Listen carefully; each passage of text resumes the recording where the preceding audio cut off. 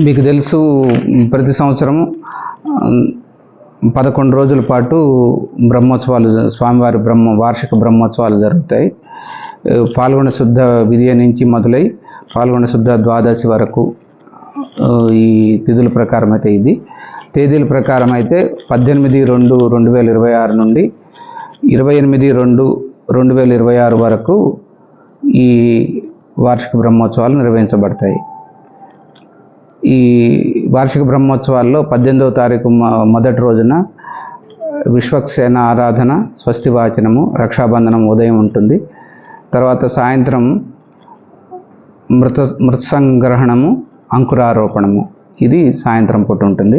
19వ తారీఖు ఈ కార్డు కూడా మీకు గ్రూప్లో పెడతాము. 19వ తారీఖు ఉదయం 8 గంటలకి అగ్ని ప్రతిష్ట, 11 గంటలకి ధ్వజారోహణం ఉంటుంది. సాయంత్రం 6:30 బేరీ పూజ, దేవతాహ్వానము, హవనము ఉంటాయి. తర్వాత 20వ తారీఖు శుక్రవారం ఉదయం 9 గంటలకి మత్స్యావతార అలంకార సేవ, వేద పారాయణములు ప్రారంభం అవుతాయి. తర్వాత సాయంత్రం 7 గంటలకి శేషవాహన సేవ ఉంటుంది.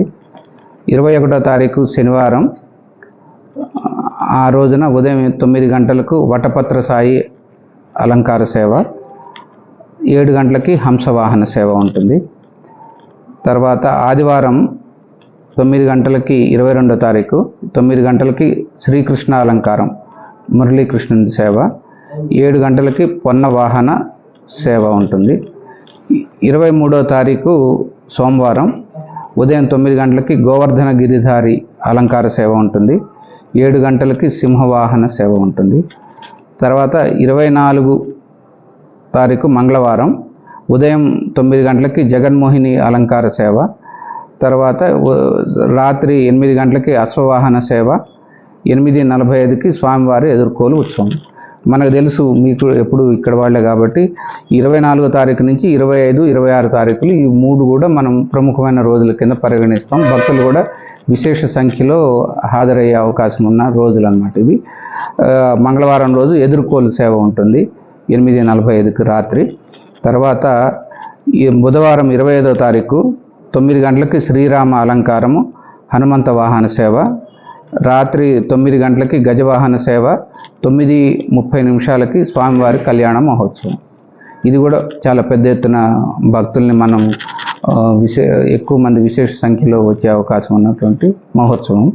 తర్వాత 26వ తారీఖు గురువారం రోజు 9 గంటలకి మహావిష్ణు అలంకార గరుడ వాహన సేవ, రాత్రి 7:30కి స్వామివారి దివ్య విమాన రథోత్సవం. అయితే ఇది మామూలుగా 9:30కి మొదలయ్యేది ప్రతిసారి. ఈసారి వర్జ్యం ఉండటం వల్ల మనకి ముందుగా 7:30కే రథోత్సవము, రథంలో స్వామివారిని కూర్చోబెడతారు. కానీ రథోత్సవం మొదలయ్యేది మాత్రం అదే టైం లోపల 9 గంటలకి మొదలవుతుంది. ఎందుకంటే వర్జ్యంలో స్వామివారిని తీసుకురాకూడదు కాబట్టి ఇది ఒక్కటే చిన్న మార్పు అన్నమాట. మిగతావంతా కూడా గతంలో మాదిరిగానే జరుగుతాయి. తర్వాత 27వ తారీఖు శుక్రవారం 9:30 మహాపూర్ణాహుతి, చక్రతీర్థము, విష్ణు పుష్కరిణిలో అవభృత స్నానము, 7 గంటలకి రాత్రి 7 గంటలకి పుష్పయాగము, ద్వాదశ ఆరాధన, దేవతోద్వాసన, దోపు ఉత్సవము. తర్వాత శనివారం ఆఖరి రోజు 28వ తారీఖు 10 గంటలకి స్వామివారికి అష్టోత్తర శతఘటాభిషేకం ఉంటుంది. 9 గంటలకి శ్రీ స్వామివారి శృంగార డోలోత్సవం ఉత్సవ సమాప్తి. ఇది 11 రోజుల పాటు జరిగేటువంటి కార్యక్రమాలు. దీంట్లో